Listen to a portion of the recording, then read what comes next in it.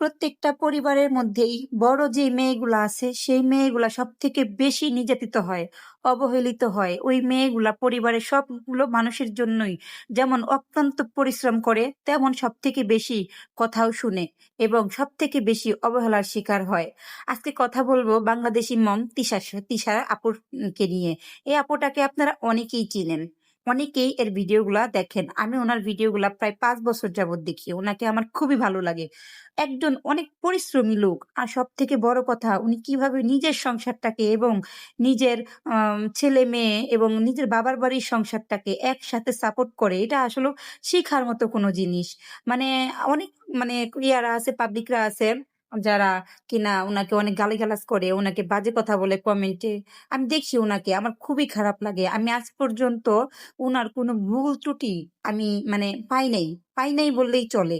মানে নিজের সংসার সামলায়েও যেভাবে ভাই-বোন সবাইকে, ভাইয়ের বউ, বাবা-মা সবার জন্য এত চিন্তা করা, এটা আসলে সবাই বুঝে না, সবাই পারে না। এই যে বাংলাদেশি মম তিশা, এই আপুটার কোন দিক দিয়ে যে মানে মানুষ এত ভুল ধরে আমি আসলেও বুঝি না। কারা এই কাজগুলা করেন জানেন? কিছু রোস্টার আছে তারা না মানুষের ভালো দেখতে পারে না।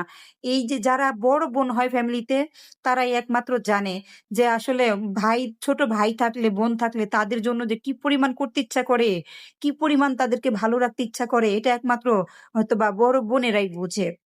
আর এই যে আপুটা, তিশা আপু, এমনি একজন এত পরিশ্রমী একটা লোক। আমি সবসময় দেখি উনি চায় যে উনি যেমন ভালো আছে প্রত্যেকটা মানুষকে নিয়ে এরকম ভালো থাকতে চায়। ঠিক এমন মন মানসিকতার লোক কিন্তু আমিও। এমন আমরা অনেকেই আছি যারা নাকি আমাদের ছোট ভাই-বোন থাকলে আমরা চিন্তা করি যে আমি একটু ভালো আছি। আল্লাহকে আমাকে ভালো জায়গায় নিছে। তাহলে আমিও চাই যে মানে আমার ভাই-বোনগুলো একটু ভালোভাবে চলতো। আমার কাছে দেখতে ভাল লাগতো। আমিও চাই উনারা একটু ভালোভাবে চলতো। আসলে সবকিছুই ঠিক আছে। কিন্তু চলেও ভালো করে, সবার জন্য অনেক পরিশ্রম করে। এই যে ব্লগারের দুনিয়াতে, এই যে অনলাইনে প্রত্যেকটা মানুষকে কিন্তু এই তিশা আপু নিয়ে আসছে।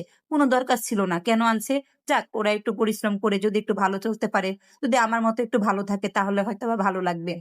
তো এই আপুকে আমি যত দেখি তত মুগ্ধ হয়ে যাই। কিন্তু এই আপুর যে বোনগুলা আছে এরাও ভালো। সমস্যা হইছে ২ টা ভাই নিয়ে। তাও হইতো না। তাও হইতো না। কিন্তু হয়ে গেছে।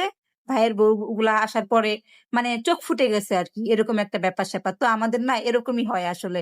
মানে আমরা যত ভালো কিছু করতে যাই বড় বোনগুলা, ঠিক তেমন আমরা বদনামের শিকার হই। সেম আমিও উনার মতোই। যত ভালো কিছু করতে যাই, বদনামের শিকার হই। সব দোষগুলা কেমন যেন আমার ঘাড়েই পড়ে। তো এই আপুর সাথে আমার অনেকটা মিল। তো আমি অনেকদিন ধরে ভাবতেছি যে মানে উনার সাথে যোগাযোগ করব।